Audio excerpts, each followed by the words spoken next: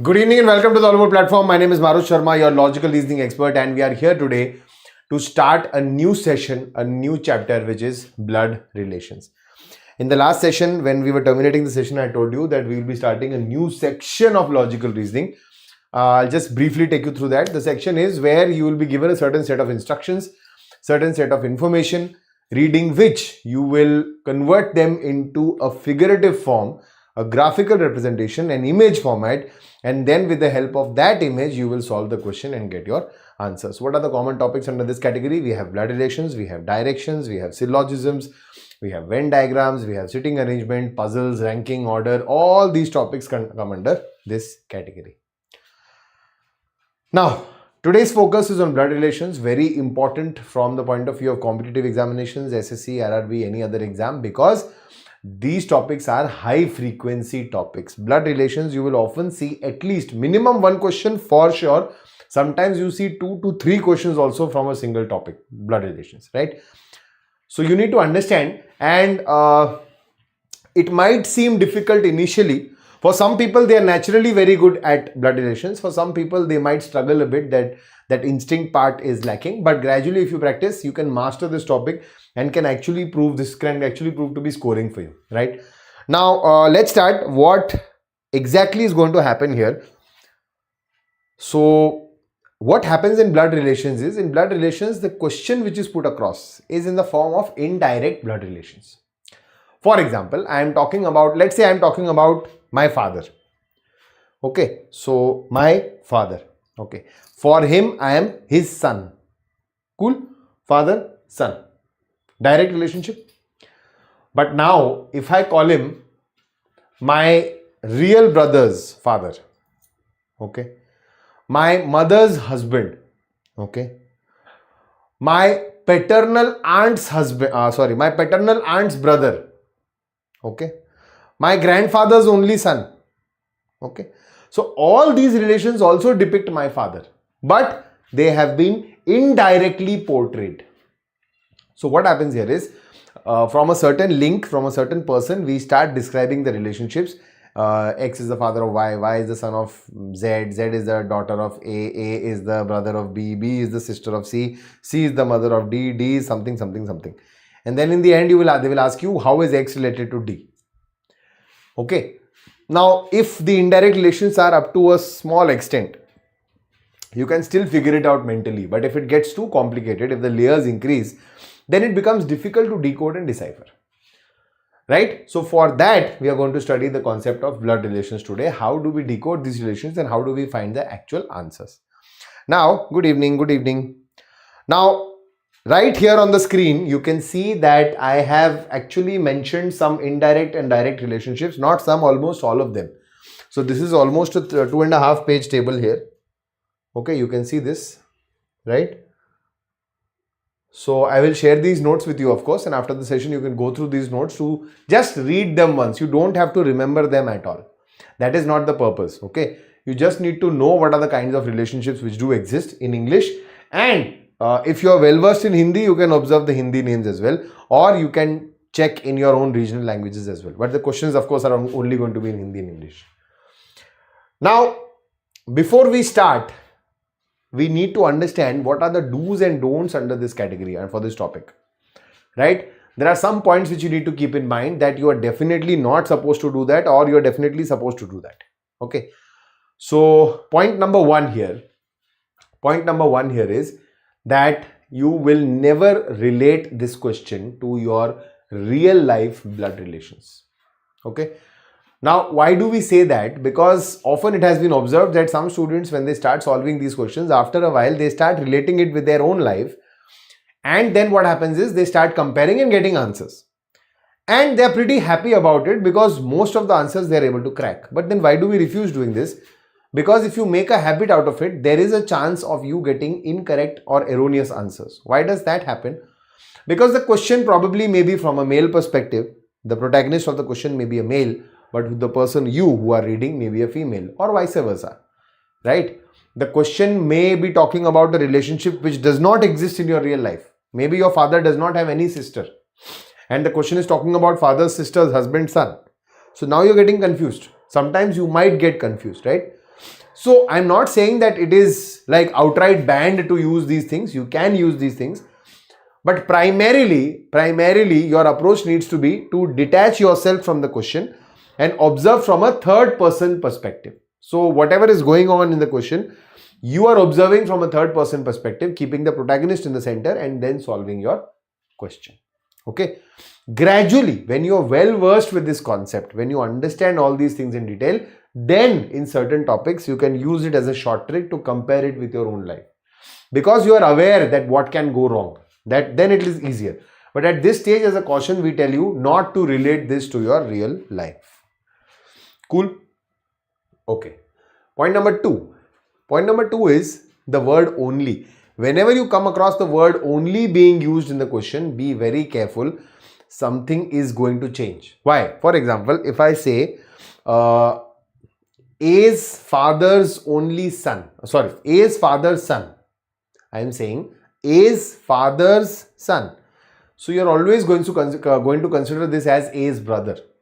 If A's father's son, first preference is going to be given to A's brother. But if I am saying A's father's only son or only child, then the first preference is going to be given to A. So the moment I add only in any relationship, things are going to change from that perspective. So whenever you come across the word only in the question, be very careful of how to approach the question. There might be some or the other error here. Okay. Number three, it's one of the most important do's and don'ts category of this topic. Do not and strictly do not assume the gender of a person unless and until specified. Now there are two aspects to this. Point number one is the question is not specifying a gender. Okay. So you will not assume it, of course. Point number two is sometimes you associate genders with names. Okay.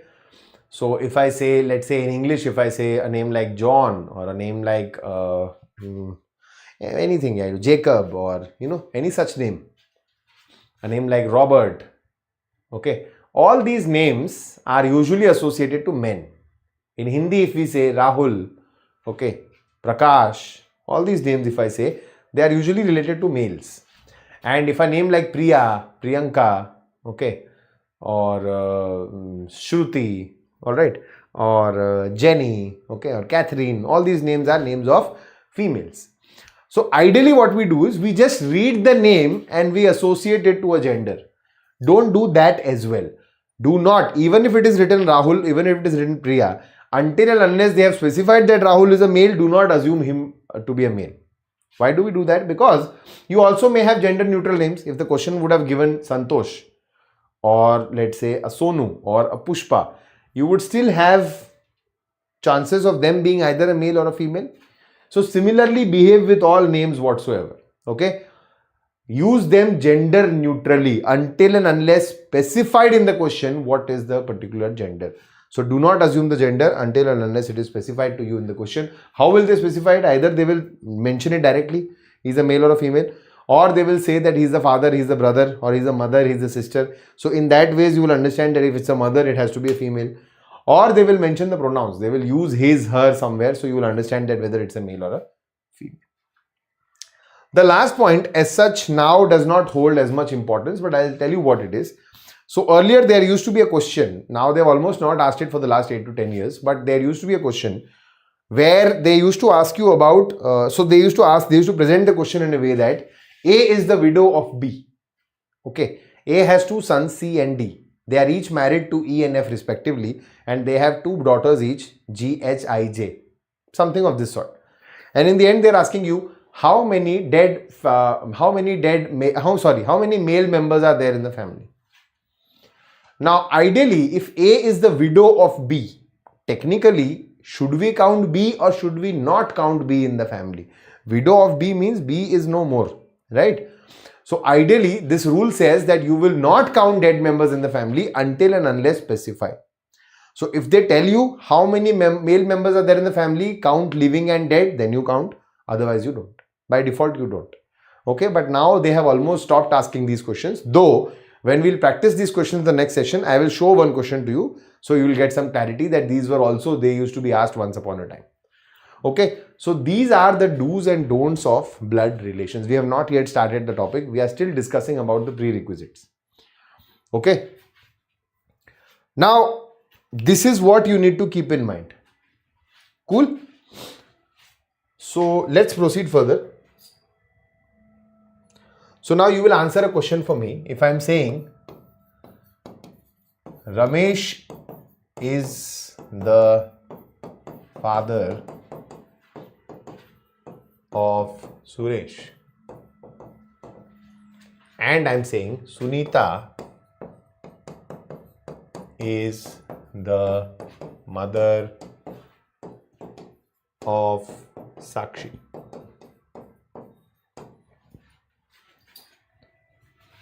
Now, you tell me.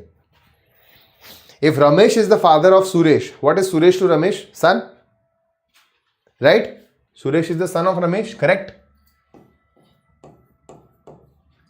And if Sunita is the mother of Sakshi, Sakshi is the daughter of Sunita, right?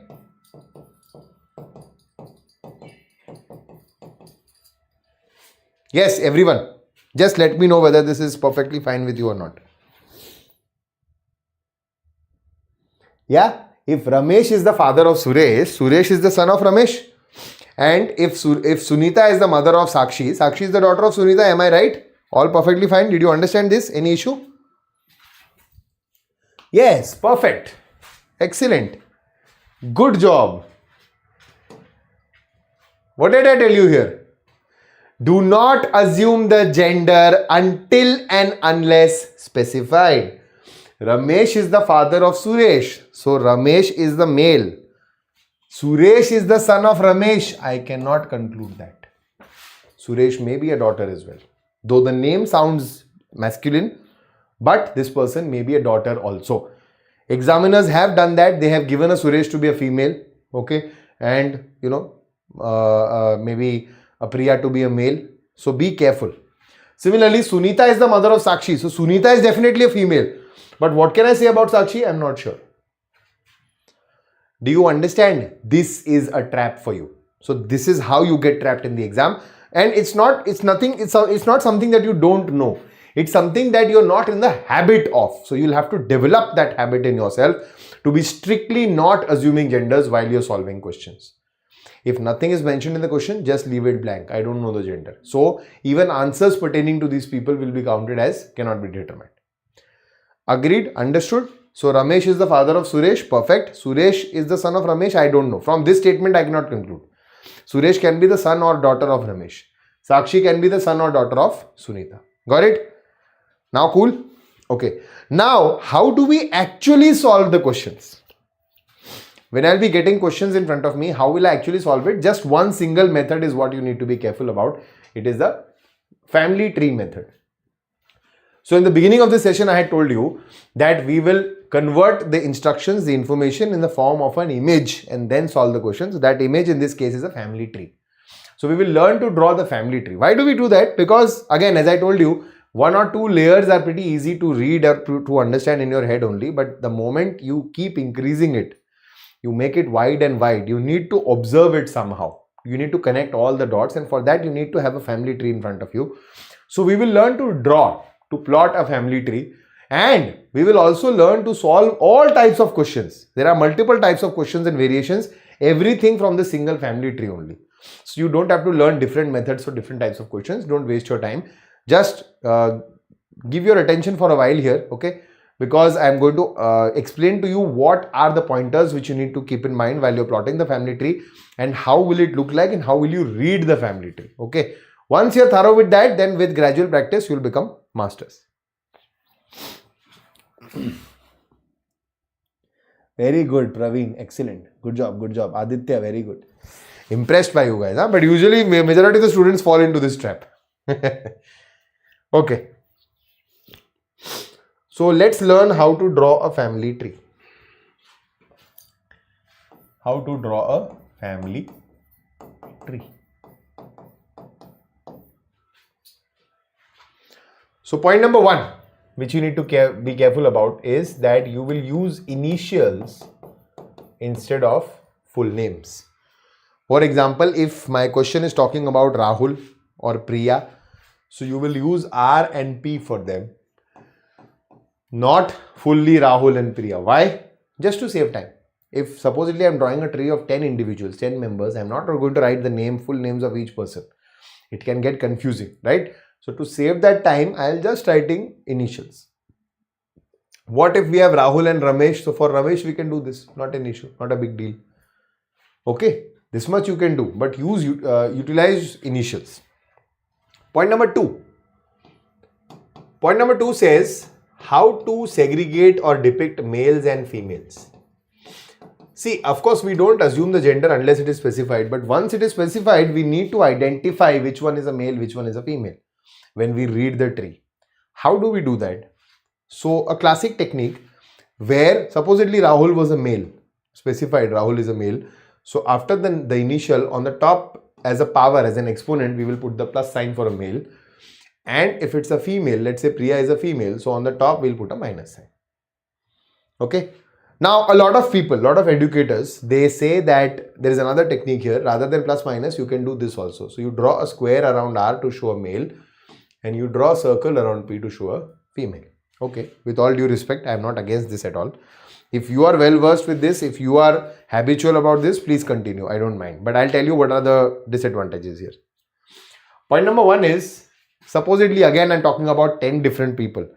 Drawing 10 plus or minus is easier than drawing 10 squares and circles. It's going to be cumbersome. Okay, it's going to take your time. And gradually what happens is, after a while, let's say you're drawing this R square, and eventually R will become a circle. Because when you are in haste, when you are in hurry, you will end up making this error. And then there will be a problem for you to read or decipher between a square and a circle. And then you will forget, then you will read the question again so that you don't make an error. Why to put yourself in this situation? Okay. Plus minus is easy to put, easy to read, not an issue at all. Hassle free, clean. Right? So males will be depicted by a plus sign, females will be depicted by a minus sign. Now one of the most important aspects of this family tree is the third point, which is the generation level. Generation level.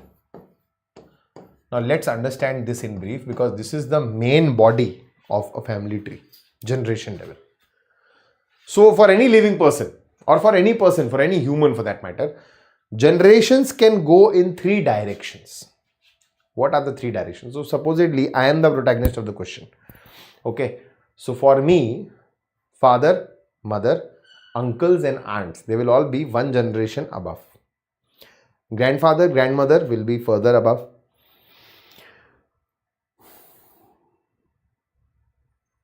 So sorry.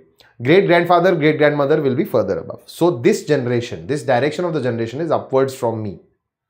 Okay. Okay. My brothers, my sisters, my cousins, all will be at the same generation level. Right? In the question only I am telling you, all will be at the same generation level. Now you tell me, no sir, I have an elder brother who is 20 years older than me, so he should be on 1 generation above. Sir, I have a younger brother who is 30 years younger than me, he should be 1 generation below. No. Okay. So in questions, conventionally, they consider brothers, sisters and cousins to be at the same generation level in a similar age group. Okay. And then the third direction will be sons, daughters, grandsons, granddaughters, nephews, niece. So there will be a generation below. Okay. So these are the 3 directions. So when you will be depicting it in the figure also, you will depict it like this. If you are depicting some person who is older than you, so you will draw a line above the protagonist's name and you will put whatever their name is here. If you are mentioning somebody who is at your level, so you will draw a line like this and you will put their names here or here, wherever there is space. And if you are mentioning about somebody who is below your level or your generation, you will draw a line towards the lower side and you will put it here. Some people use arrows, but you don't need that, because see, sometimes you'll get an arrow above, sometimes you'll get an arrow below. It's all about perspective of the question. So that is only going to confuse you. No need to use arrows. Simply draw a line. If you're talking about a generation above, draw a line on the top, put the person's name. If you're talking about a generation below, draw a line below, put the person's name. If you're talking about the same generation, draw a line towards the side and put the name. Okay. I'll show everything to you. Don't worry. Everything will be demonstrated so that you don't face a problem. But again, I want to have your attention to a different format, different point here. A lot of you might be well versed in some regional languages. Some of you might be well versed in Hindi as well. And of course, English is everybody is well versed in English. Hence you are here. That is why you are here. So let me tell you a slight confusion which is created, or a slight advantage which is there for the regional languages or Hindi. What happens is, in a regional language, every relationship has a definite name. Every relationship has a definite name. For example, my father's elder brother, is known as, in Hindi we call them Tau. Okay. And in your regional language also there might be some name. Okay. Some people call them Anna, Tata. You know, there are various names. I am not sure, with all due respect. Right. Then my father's younger brother is known as Chacha in Hindi. Again, you might have multiple names in different regional languages. Then my mother's brother will be known as Mama. So these three people are differentiated. Now, my father's sister will be known as Bua, and her husband will be known as Fufa. Right? Again, different languages, different names, but each of them will have a unique name. That is the beauty of the regional languages. We assign single names to each relationship. But all these relationships which I mentioned right now to you, in English, they are all uncles. So all males in that generation, apart from your father, they are all uncles. And all females in that generation, apart from your mother, are all aunts. Your father's elder brother is uncle, father's younger brother is uncle, mother's brother is also uncle, father's sister's husband is also uncle. This creates a lot of confusion. Going further, if I say father's father in Hindi is Dada, mother's father in Hindi is Nana. Okay. Yeah, I think Tata was Nana, no? My bad. Yeah. I'm not sure. Okay. So similarly, father's mother is Dadi and mother's mother is Nani. In Hindi or regional languages, again, we have different names. Periyappa, Periyamma, right? But in English, again, you say father's father is grandfather, mother's father is also grandfather, and father's mother is grandmother, mother's mother is also grandmother. So how do we differentiate? So because of so much confusion, they created two words to simplify a few things. They said paternal and maternal. These were the two words which were introduced, which made things slightly simpler. Slightly. So paternal means father's side. Father's side. Maternal means all the relations which are mother's side. What does this imply? So my father's father will now be called my paternal grandfather, and my mother's father will now be called my maternal grandfather. Paternal grandmother, maternal grandmother, so on and so forth. But again, slight confusion was still there. Father's elder brother was still paternal uncle. Father's younger brother was also paternal uncle. And father's sister's husband was also paternal uncle, which is fine. Okay. Mother's brother was maternal uncle. Mother's sister's husband was also maternal uncle. But any which ways, there is some sort of a differentiation which has come up. So this is one thing which you need to be careful about while you're solving the questions. Okay. Now you will answer a question for me. Okay. You will answer one more question for me. Supposedly there is a person K. K is a male. Okay. K has a son. Let's say A. And K also has B as a daughter.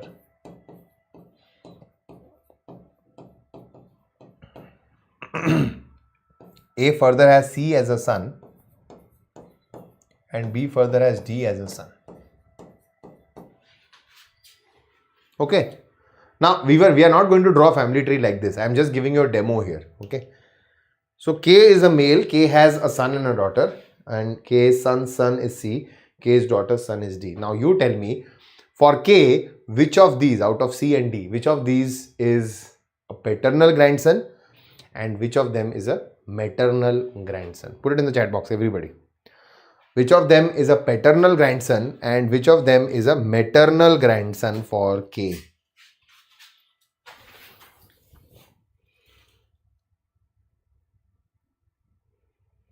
Paternal grandson, maternal grandson. Okay, okay. Perfect. Okay, okay. So majority of us have again fallen into the trap. What is the trap? The trap is a common misconception which majority of us have. What is that? Gradually, we start relating the word paternal to a male and maternal to a female. Paternal simply implies your father's side relationship. So protagonist father will be considered, not sons and daughters. For K, paternal relations were above the generation. Maternal relations were above the generation. Below, you are not going to use these words, because how are you going to call him the father's side and him the mother's side? You can't, right? For K, if I call him the paternal grandson and the maternal grandson, you're getting into this confusion because of male and female. But that's not true. Son and daughter, for him, both are his son and daughters. No, it's not his father's side son and his mother's side daughter. Are you understanding? Try to think like this. So the word paternal and maternal are only utilized while going upwards in a generation, never downwards. You may still use it sidewards for cousins, paternal cousins, maternal cousins. But anyways, going downwards, you will never use the word paternal and maternal. Be careful. Sons, daughters, grandsons, granddaughters, everything, they are simply sons, daughters, grandsons, granddaughters. They are no paternal, no maternal. So C is also the grandson of K and D is also the grandson of K. This confusion cannot be cleared. At most, what you can do is you can say son's son and daughter's son. That's it. But there is no single word, differentiator here. In Hindi or in regional languages, of course you have. You call them him a pota and him a nati, and you might have your own words in your regional languages. But here in English, everybody is a grandson or a granddaughter. Did you understand now? What was I trying to say? Clear? So the words paternal and maternal will only be used going upwards into a relationship, not coming downwards. Cool? So generations are sorted. Okay? Generations are sorted. Let me now start plotting a sample family tree for all of you. Okay? For the next few minutes, please put your pens down and just listen to me carefully.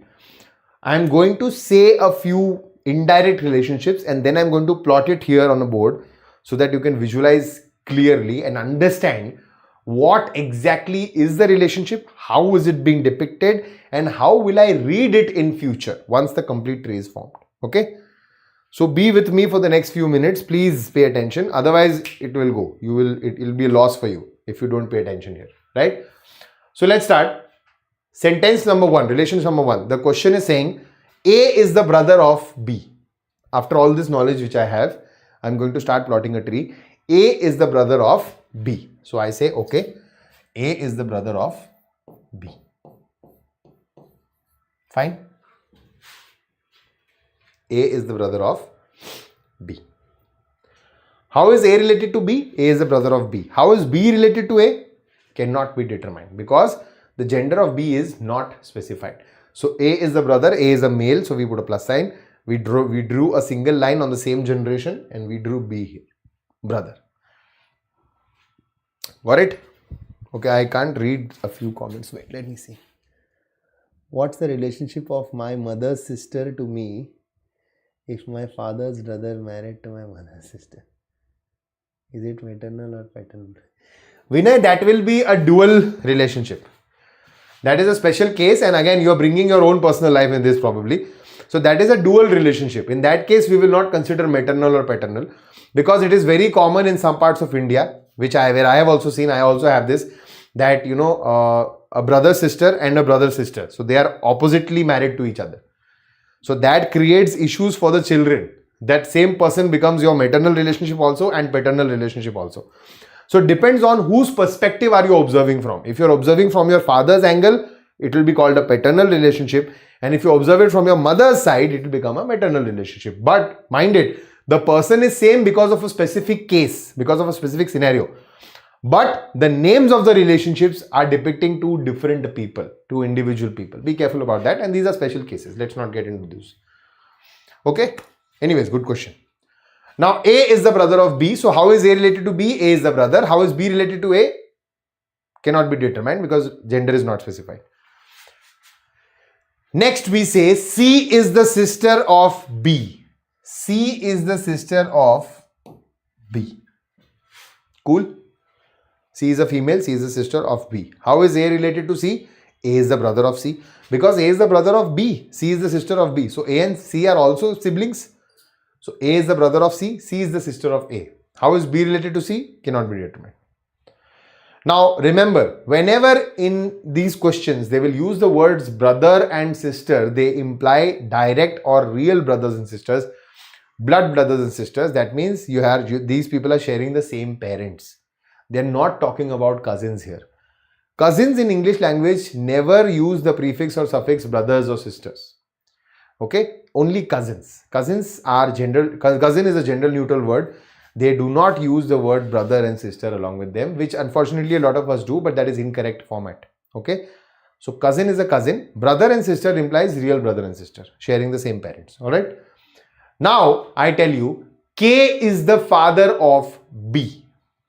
K is the father of B. Father is a generation above. So we'll connect from B, a generation above, and we'll write K here. And K is the father, so K will become a male. K is the father of B. Now you tell me, how is A related to K? A is the brother of B, real brother. K is the father of B. So K is also the father of A. A is the son of K. C is the daughter of K. K is the father of C. So they need not be connected every time. Even if they are connected to one person, this is how you will read it. Okay. A is the son of K. C is the daughter of K. B is, we don't know. Can be son, can be daughter, cannot be determined. K is the father of A. K is the father of B. K is the father of C. Cool.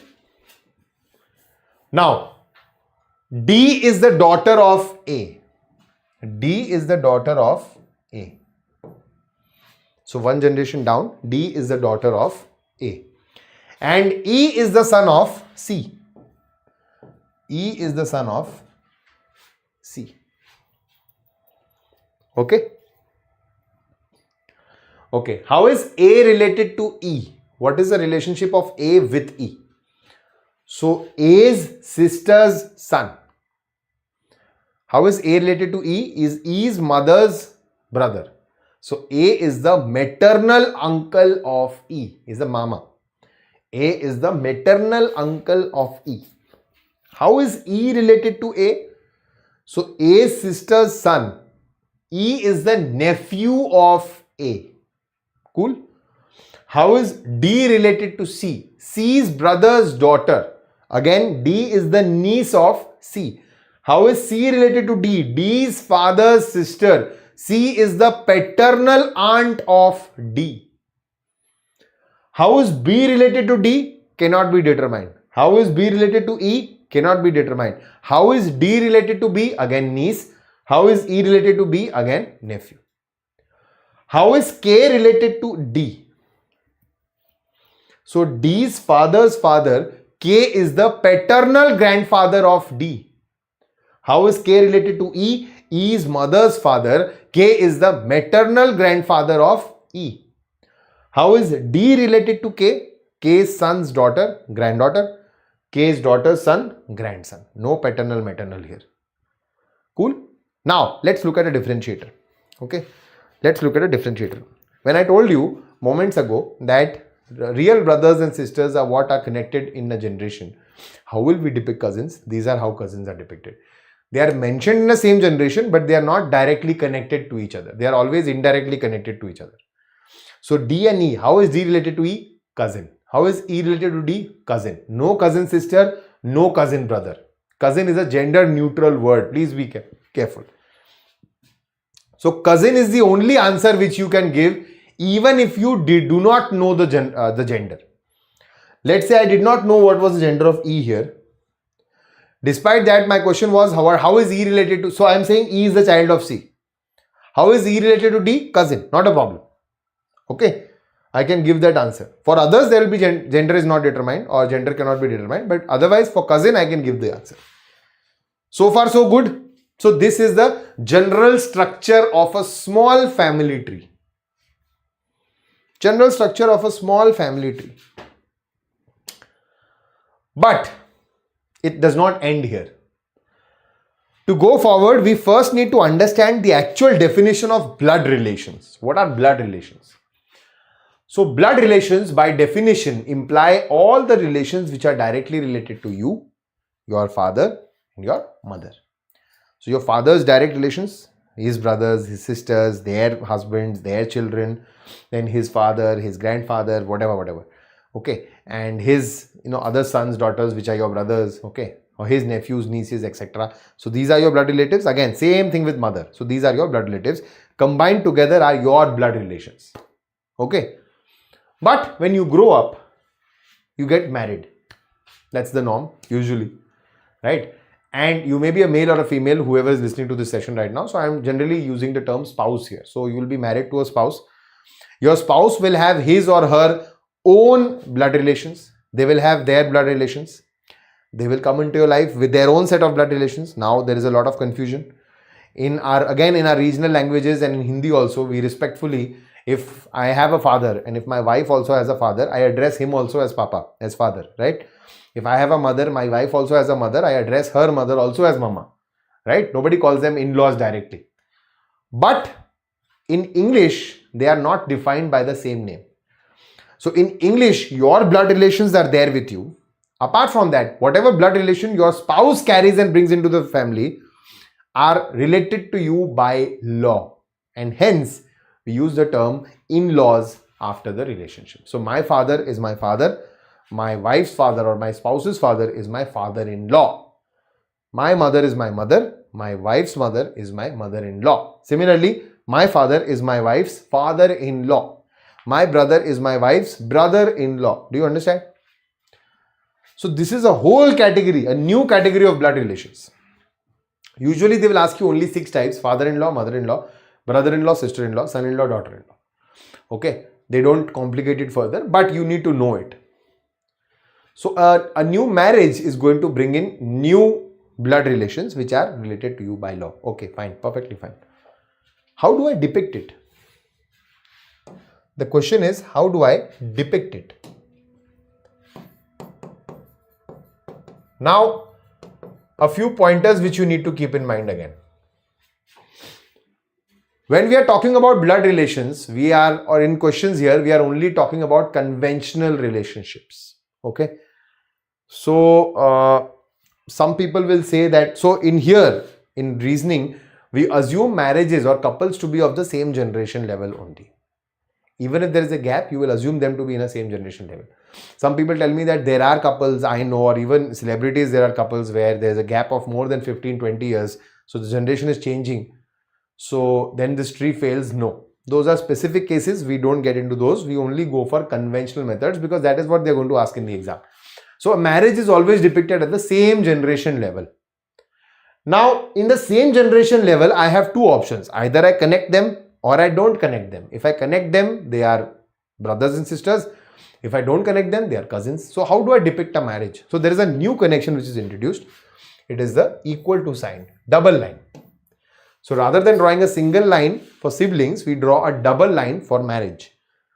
So supposedly, now I am telling you that C is married to F. C is married to F. So this is how we will show it. C is married to F. How is E related to F? If E is the son of C, E is also the son of F. Of course, obviously. No rocket science here. Okay. How is A related to F? So F's wife's brother, brother-in-law. How is F related to A? A lot of people say you did not define the gender of F. So how do I know what is the relationship? Well, here is the second pointer. The pointer says that if there is a couple mentioned in a question and if one of the gender is known to you, here we know that C is a female, the other one has to be of the opposite gender. So here we do not consider same-sex marriages. Okay, we do not consider same-sex marriages. We only consider conventional marriages in these questions. So if at all a marriage is depicted, it has to be between a male and a female. So if one female is there, then we have a male counterpart and vice versa. Cool. So we knew C was a female and she got married to F. So F has to be a male, whether it is mentioned in the question or not. Hence, how is F related to A? A's sister's husband. So F is also the brother-in-law of A. How is F related to K? K's daughter's husband. So F is the son-in-law of K. How is K related to F? F's wife's father. K is the father-in-law of F. How is B related to F? Cannot be determined because we don't know the gender of B. How is D related to F? F's wife's niece. So D is also the niece of F. How is F related to D? D's father's sister's husband. That means D's aunt's husband. That means D's paternal uncle. Understood? This much is clear. So this is how you will depict a marriage. Now I'll slightly increase one more level here. How I will write G is the mother of F. G is the mother of F. So how is G related to C? C is husband's mother. G is the mother-in-law of C. How is C related to G? G's son's wife. So daughter-in-law of G. Okay. Now I'll ask you two more relationships. Okay. How is E related to G? E is the grandson of G. G's son's son. And how is G related to E? E is father's mother. So G is the paternal grandmother of E. Two relations I'm going to ask you. How is K related to G? And how is A related to G? You tell me now in the comment box, everybody. How is K related to G? And how is A related to G? How is K related to G? And how is A related to G?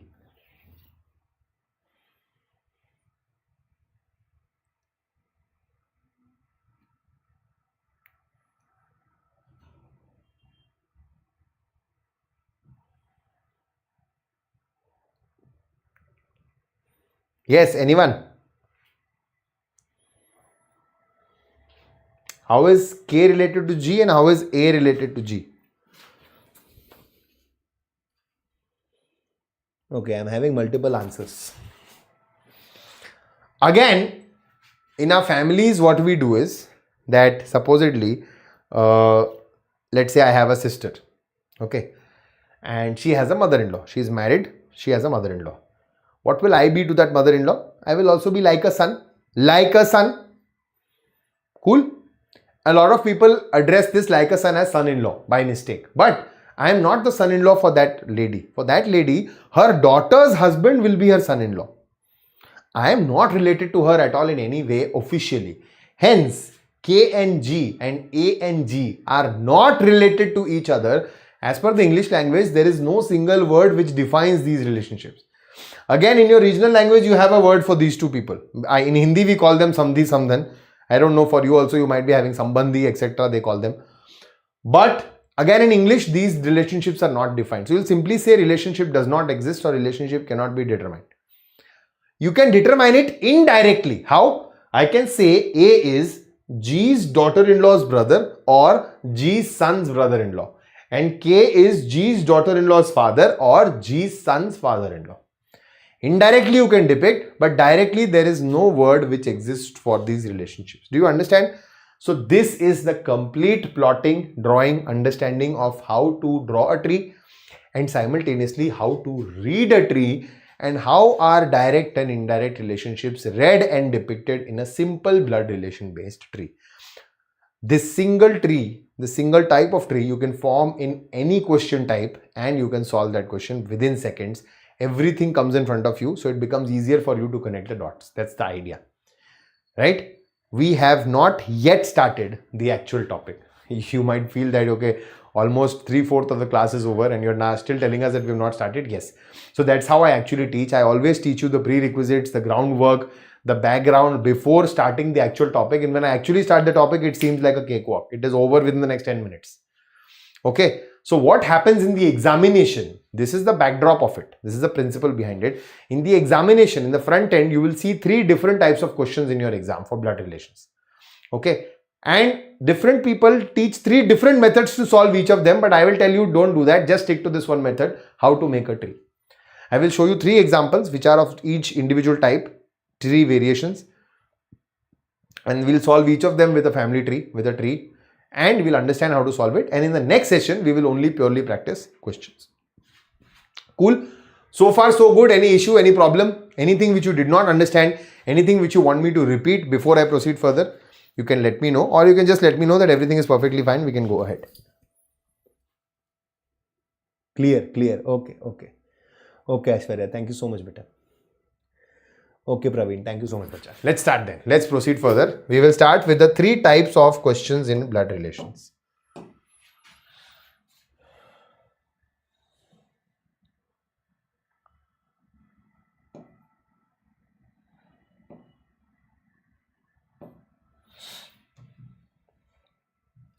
Okay, everything else has been depicted here already.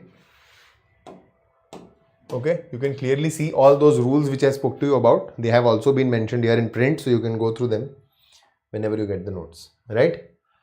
Now, 3 different types of blood relation based questions. Type number 1 is direct blood relation. Direct blood relation means they are simply depicting relations between multiple individuals. So A is the father of B, B is the son of C, C is the daughter of D, so on and so forth.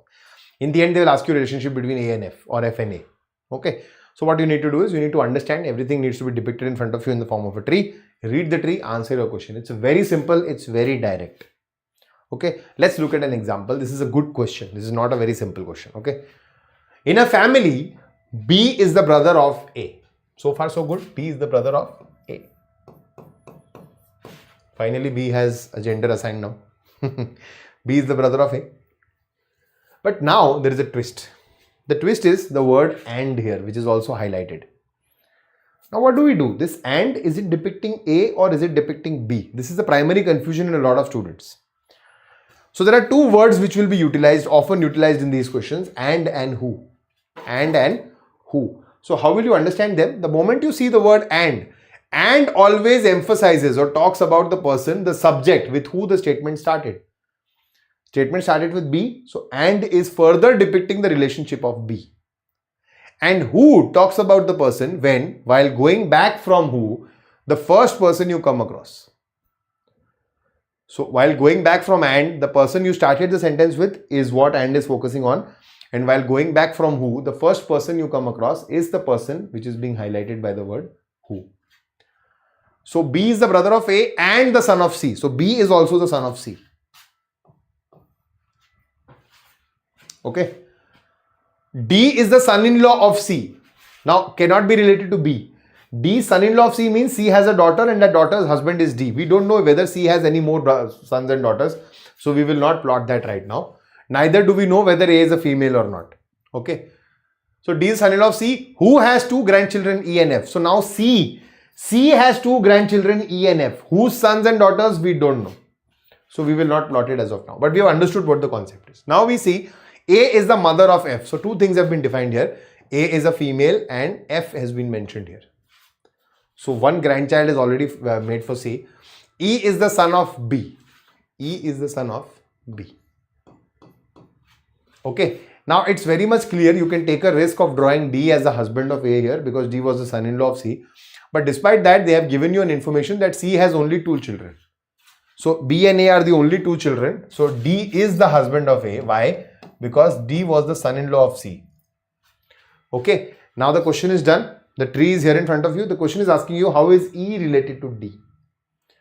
Okay. So D's wife's nephew is also D's nephew. So E is the nephew of D.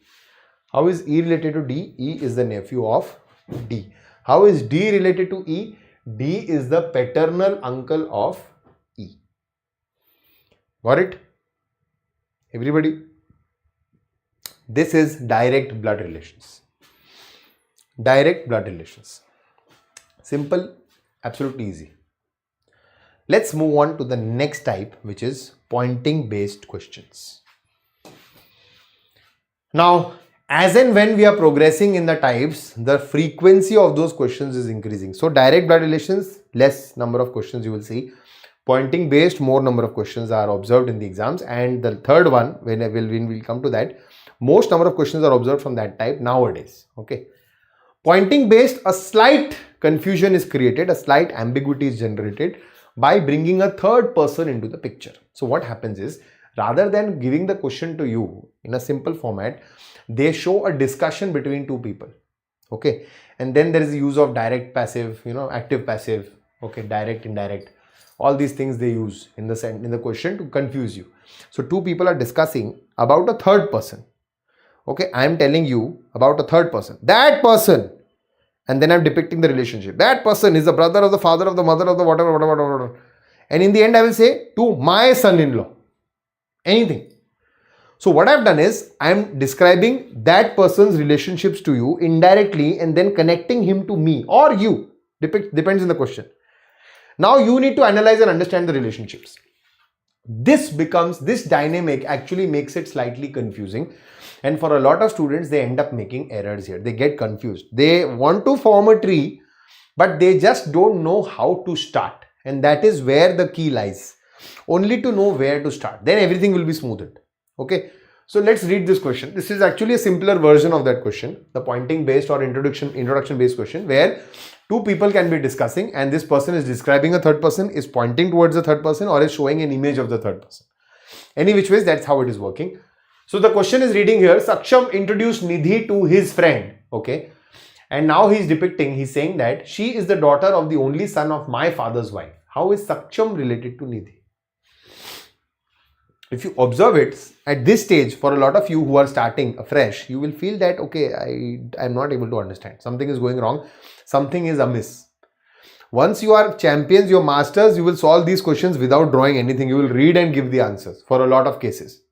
But at this stage, you might feel puzzled. So how to start these questions? Point number 1 is always start with the speaker. Start with the speaker. Who is the speaker here? Saksham introduced Nidhi to his friend, and then there are quotes. So this is Saksham's dialogue, right? So Saksham is the speaker. So start your tree with Saksham. Okay, and introduced Nidhi to his friend implies Saksham is a male. This is how you read between the lines. Do you understand? Point number 2, connect or join at possessive noun. What is possessive noun? So either they will use the word my or your, depends in the question. You connect with that. Start your tree with that word. So read the question again. The question says, Saksham introduced Nidhi to his friend. She is the daughter of the only son. This information right now is not important to you. You cannot connect it anywhere. Of my father's wife. This is where you start. So Saksham's father, you can use this SF. You will have to use random initials here. And his wife is Saksham's mother. My father's wife. Now you come back from this direction. So only son of my father's wife. My father's wife's only son is Saksham, and she is the daughter. So Nidhi is the daughter. Now read. Nidhi is the daughter of the only son of my father's wife. Do you understand the tree? Do you understand the depiction? The question is asking you, how is Saksham related to Nidhi? It's quite clear. The answer is option B, father. Option B, father. Because of the word only, everything changed here. Do you understand? Now do you remember? In the beginning of the session, I told you the power of only. Only changes a lot of things. If it was the son of my father's wife, then you would have considered Saksham's brother. So Nidhi would have become Saksham's niece, or Saksham would have become Nidhi's paternal uncle. But that's not there in the option also. Anyways. Okay, understood? This is pointing based question. This is pointing based question, and this is how you depict it with the help of a tree. A lot of people devise the reverse tracking method here. A new method, again it is image based only, but the plotting is slightly different. Don't go for all that. Stick to this one method. We will always draw the tree no matter what. Got it? The third type now. One of the most important and most frequently asked types is the coded blood relations. Now, coded is nothing new, is nothing different. Coded actually stands for a way of asking a question. It can be coded blood relations, it can be coded directions, it can be coded inequalities. Coded is asked in various formats. What happens is they depict some expressions with some relations, and then in the end they will ask you a complex expression and ask you to answer the question. Okay, that's what coded signifies. Now let's understand, let's try to understand. Read this question first. So what is this code telling you? The code is telling you that A plus P, they're using any expressions they can use. Plus, minus, multiply, any symbol, percentage, divide, dollar, anything. So A plus B, A is the father of B. A minus B means A is the sister of B. A asterisk B or A into B means A is the brother of B. A percent B means A is the son of B. Now these can change. These will change in every question. So you don't have to remember anything and don't have to read it again and again. Always start your question from the expression and then one by one read as per requirement. Okay. If this is the code which exists, then in the expression T percent S asterisk K plus D minus M, how is T related to M? How is T related to M? So how do we solve this question? Again, there is a generation method which is taught here. If you're going a generation above, you add +1. If you're going 2 generations above, you add +2. If you're going a generation below, you subtract 1. If you're going 2 generations below, you subtract 2. Okay, same generation, you remain at 0, +0. Okay, and eventually you male and female, then you end up getting a number. So that is going to show you what is the relationship from the options.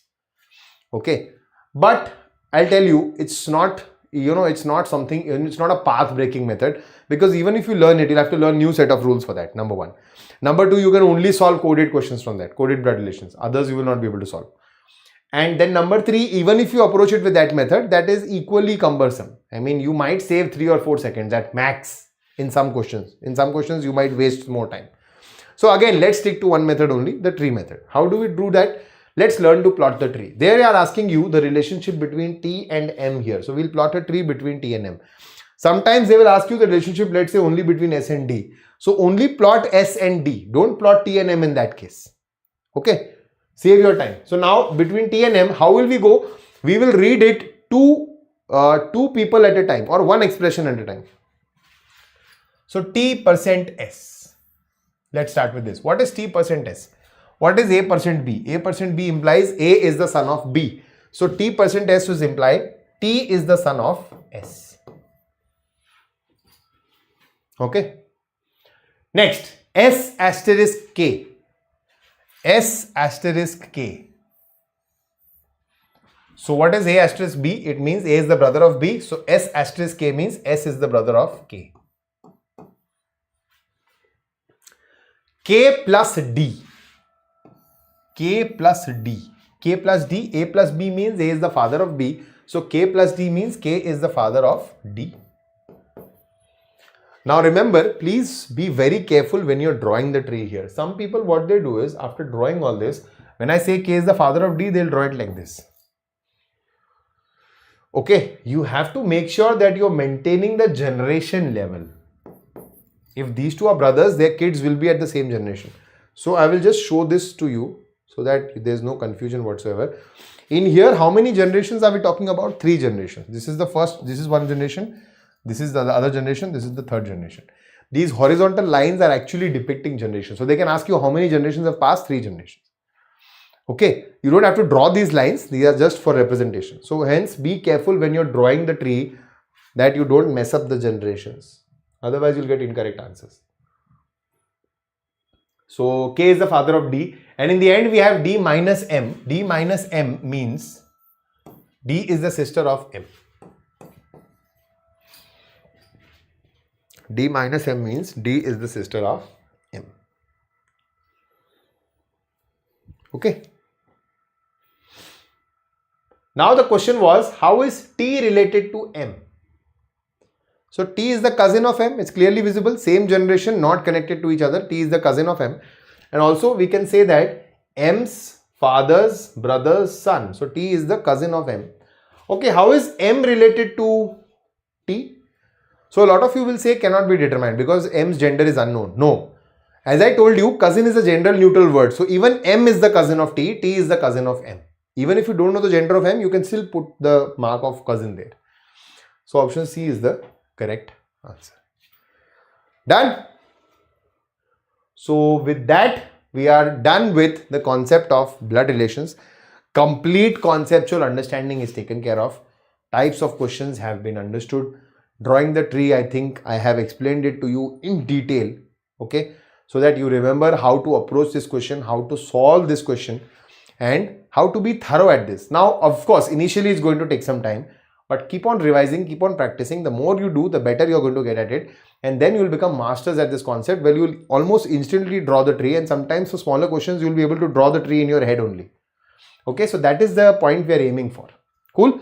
For now, we'll stop here. I will continue again in the next session only with practice questions so that we are completely masters of this topic. Thank you so much for watching it till here. For paid students, let me remind you, the 360-degree study kit will be available to you after this video is available. So along with the video only, it will be there. How can it help you is there will be a panel which will be mentioned there. So you can go through the panel, you can go through AI generated summary, detailed summary, notes, extra information pertaining to this topic, chapter wise understanding, some extra questions which are generated, created, FAQs, your flashcards, everything will be there. Supporting material apart from what I will provide, that will be additional. Okay, so go through these to simplify your revision, to quicken this and to help you master the concept. Thank you so much for watching live till here, guys. I'll see you around. Till then, you guys take care. Bye bye. Namaskar. Jai Hind. Yes, sorry. Praveen is saying, can you explain question 2 again? Yeah, sure, Praveen. Sure. I can absolutely do that. That's a part of my job. Okay, see, be with me, read with me. Point number 1 is always start with the speaker. Always start with the speaker. Who is the speaker here? Saksham. Saksham introduced Nidhi to his friend, and then we have quotes. So definitely Saksham is the person who is saying. Sometimes they will give you the question like Saksham said to his friend. Then this will be quotes. So again, Saksham is the speaker. So we started from Saksham. Also we read Saksham introduced Nidhi to his friend. So Saksham, the pronoun is referring to Saksham. So Saksham is a male. So we drew Saksham male here. Now we started reading. She is the daughter of the only son. Not important. The second thing is, now how do we start drawing the tree? We start from the speaker. But where do we first connect it? We connect it at the possessive noun. At the word my or your. There will be some sort of a possessive noun mentioned. My, mine, etc. So here they are using the word my. Saksham is depicting with himself. So Saksham introduced Nidhi to his friend. She is the daughter of the only son, gone. My father's wife. So start from this. Saksham's father. Saksham father's wife. Saksham's father's wife is Saksham's mother. So we have drawn this. Now come back from this point. Only son. Only son of Saksham's father's wife is Saksham himself. And Nidhi is the daughter of. So she is the daughter of Saksham. Got it? I will read, after depicting the tree, I am reading it again for you. Saksham introduced Nidhi to his friend, saying that she is the daughter of the only son of my father's wife. Clear? How is Nidhi related to Saksham? How is Saksham related to Nidhi? Saksham is the father of Nidhi. Praveen, is it clear now, beta? Is it understood? Perfect. Thank you so much, guys. Okay. Bye-bye. All the best. See you around.